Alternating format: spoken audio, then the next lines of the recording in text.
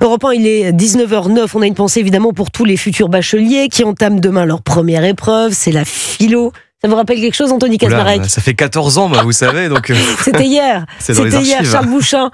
L'épreuve de philo, vous en souvenez? Vous avez combien en philo? Et non, mais moi j'avais l'épreuve, vous savez, avec Covid.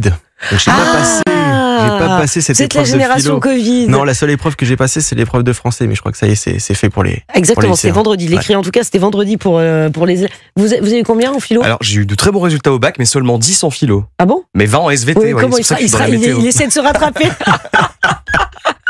La philo, c'est le lundi. Coup d'envoi d'une série d'épreuves pour les 725 000 candidats avant les résultats le 4 juillet prochain.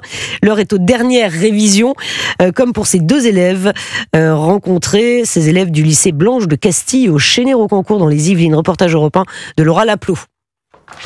Ça doit faire environ 20 lignes l'introduction. Ouais, c'est ça, c'est une page. Faudra qu'on s'entraîne. À l'approche du grand saut, ils ont encore le sourire. Antoine et Benjamin ont 17 ans et ce week-end, pas de fête, pas de grasse mat, c'est philo à plein régime. Je pense que c'est important de réviser, on peut pas y aller comme ça, 1, 2, 3, let's go et ça marche, c'est pas de la magie. Habitués aux bonnes notes, ils visent tous les deux la mention très bien. Alors ils peaufinent leurs fiches, s'interrogent sur les 17 notions au programme et ils ont tous les deux une préférence pour l'explication de texte. C'est un exercice où déjà il y a moins besoin de travailler. Et aussi la méthode compte beaucoup. Donc déjà si on a une bonne méthode, ça nous permet d'assurer une bonne structure et donc une bonne note aussi. Et s'ils pouvaient choisir la notion le jour de l'examen, ils n'hésitent pas une seconde. La liberté et la vérité, un petit mix des deux, ça me plairait bien. Moi j'aimerais beaucoup tomber sur la science et la vérité aussi parce que c'est un thème qu'on a beaucoup abordé au début de l'année. Confiant pour lundi, oui, mais la vraie pression, elle est pour la suite. Les épreuves de spécialité maths et physique, programmées mardi et mercredi. C'est la théorème de Platon aussi qu'il faut se souvenir.